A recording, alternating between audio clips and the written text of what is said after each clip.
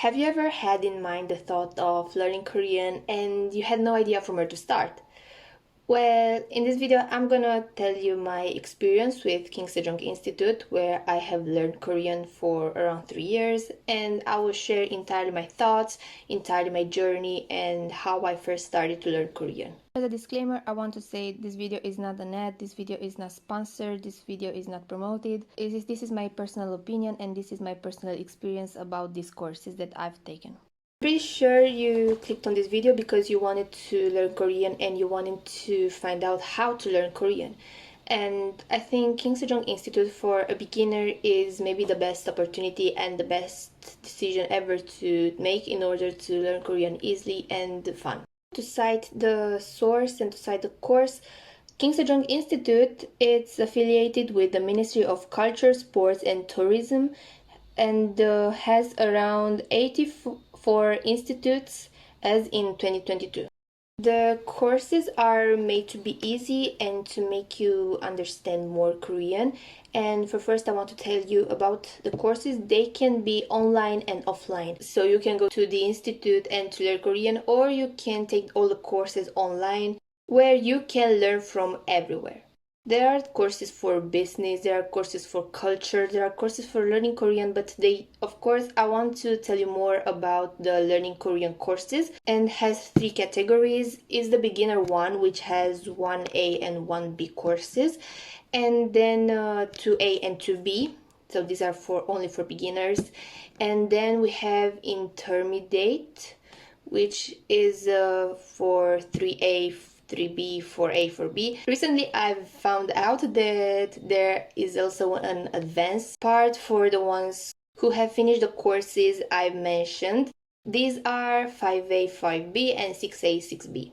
I'm gonna tell you right now, the courses are paid. You have to pay for them, but it's not too much. You pay for around 12 or 13 courses, around $100, not including the book. First semester starts at late winter, beginning of the spring, and it lasts like the beginning of the summer. And then the second semester starts at late August and ends at the beginning of winter in December. So about the books, I will share with you my books, which are here.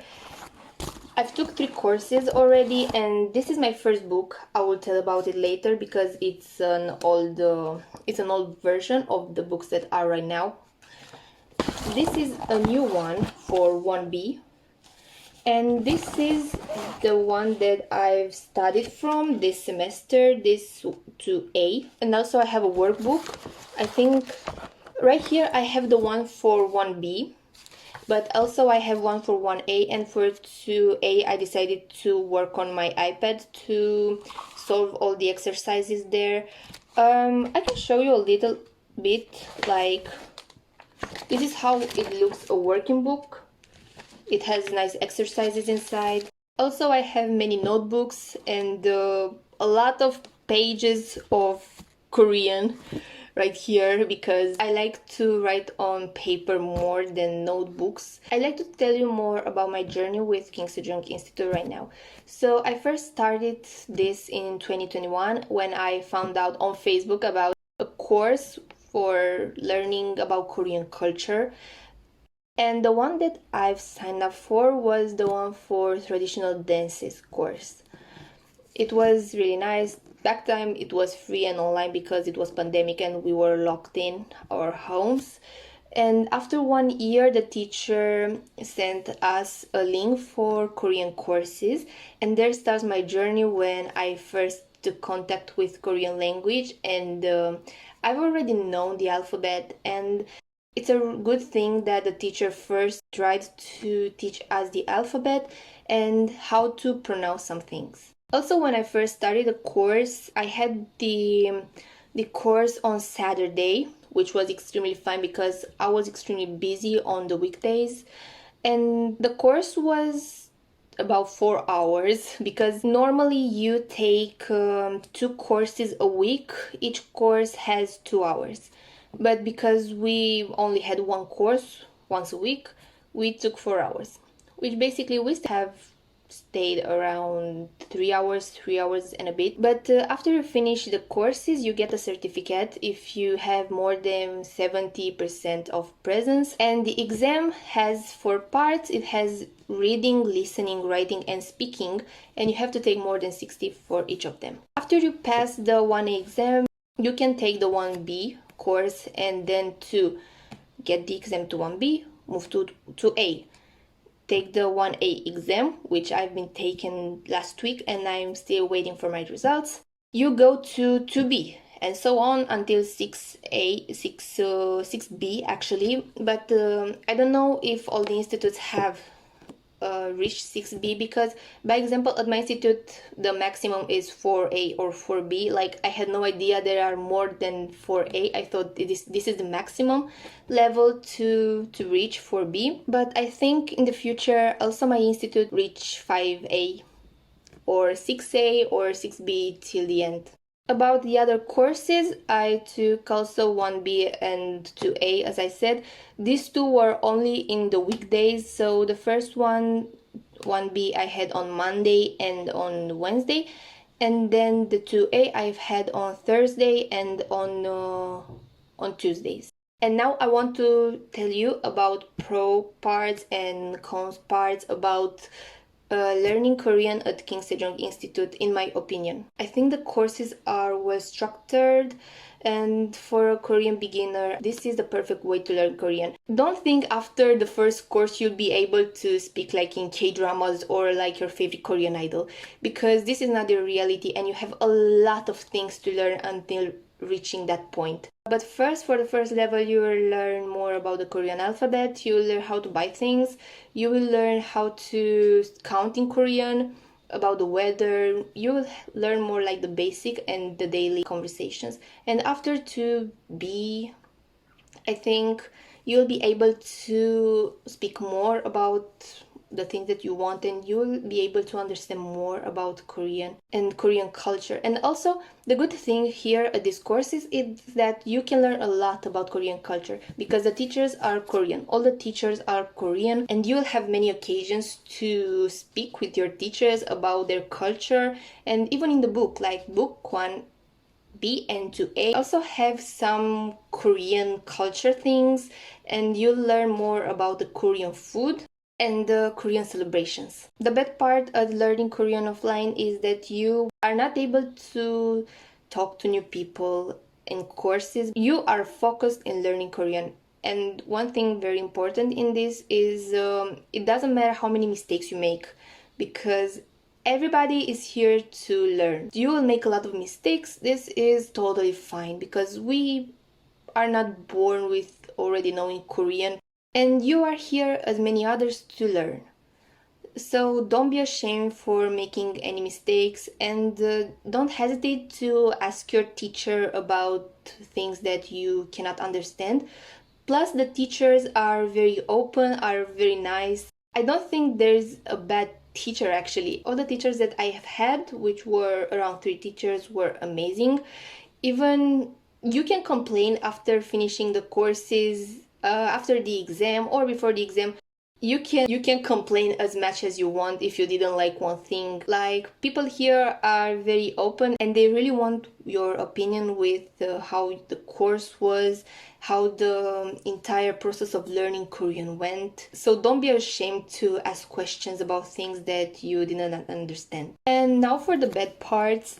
I think there is a lot of information to learn. You don't have so much time, because every week you learn a new lesson, and this new lesson has 2 grammar parts and 1 vocabulary part. But after this you have a writing part and a listening part at the end, like I've showed you before in the workbook. Those 2 were the listening and the reading parts. And for each of them you also have to learn a little bit more vocabulary. You have to learn a large amount of information in a really short time, so you have to be extremely organized if you want to keep this cycle of learning Korean and you want to reach your goals and you want to have 100% at the exam. And also, because I've took Korean lessons online, there might be some problems with the internet connection, so make sure you will be able to hear and talk once your teacher wants this. Think about that for every exercise, the teacher will want to talk to you. By example, because this course at 2A, we were around 4 people. Every time we logged in the class, the teacher was asking each of us how was our weekend, how was our day, how's the weather, some simple questions for making us to speak and to understand more Korean and normal conversations. And one thing, but this is a personal matter here that I want to say. For me, it was hard to learn for the listening part at the exam. Like, I didn't know from where to get information and from where to start to learn for listening part. For listening part, I want to be honest, for both of my exams, I had 78 points for each of them. And I'm really sure for the next one, I will also have 78 points because I had no idea from where to study. For listening part, it's a little bit tricky because for the writing part, you have the workbook here. But for listening part, I think it's a bit harder to study and you have to learn a lot the writing, the vocabulary parts in order to understand more the listening part. Maybe you are wondering why you should start Korean and why you should start this. I will tell you, Korean maybe is one of the hardest languages in the world. Due to Korean wave, the Hallyu wave and the K-pop wave, Korea's influence have passed the borders. It will help you in working in a big company like Samsung, or you can work as an ambassador. You can do so many things with Korean and we have no idea what we can do. And if you don't want to learn from Sejong Institute and you want to learn in your manner, I will recommend you some apps where you can start. And I will start with Lingory. Lingory is pretty well designed like King Sejong Institute courses. For each day, you have a lesson. In these lessons, the most things that you will learn will be vocabulary, and the vocabulary is well aligned with the King Sejong Institute courses. And after around 5 or 6 days, I think mostly 5 days, you will have an exam, a small exam, where you will put in practice the words that you have already learned in the other days. Next app is Memrise. Memrise is good, I think, for every language. Of course, I've tried it already on another 2 languages. But for Korean, you will most learn phrases, some daily phrases, and you will repeat them over and over again until you will memorize them completely. And now for any other subjects, we have Quizlet. Quizlet is an app where you can make some flashcards. I will recommend it, of course, even for school studying, for any subjects that you want to learn. And then I have for number 4 Drops. But it's a little bit tricky here because you have to pay. You play for 5 minutes, any subject, like the days of the week. You play this for 5 minutes and then you have to wait around 9 or 10 hours to play all over again and to try another lesson. But it was really effective for me for learning some words, some simple words in a short amount of time, and then to try again after this time. Well, I hope this video really helped you if you wanted to learn Korean and you want to study. Tell me if you have more app ideas, tell me your thoughts about King Sejong Institute, if you have any experience with it. Be safe, be happy, and see you next time.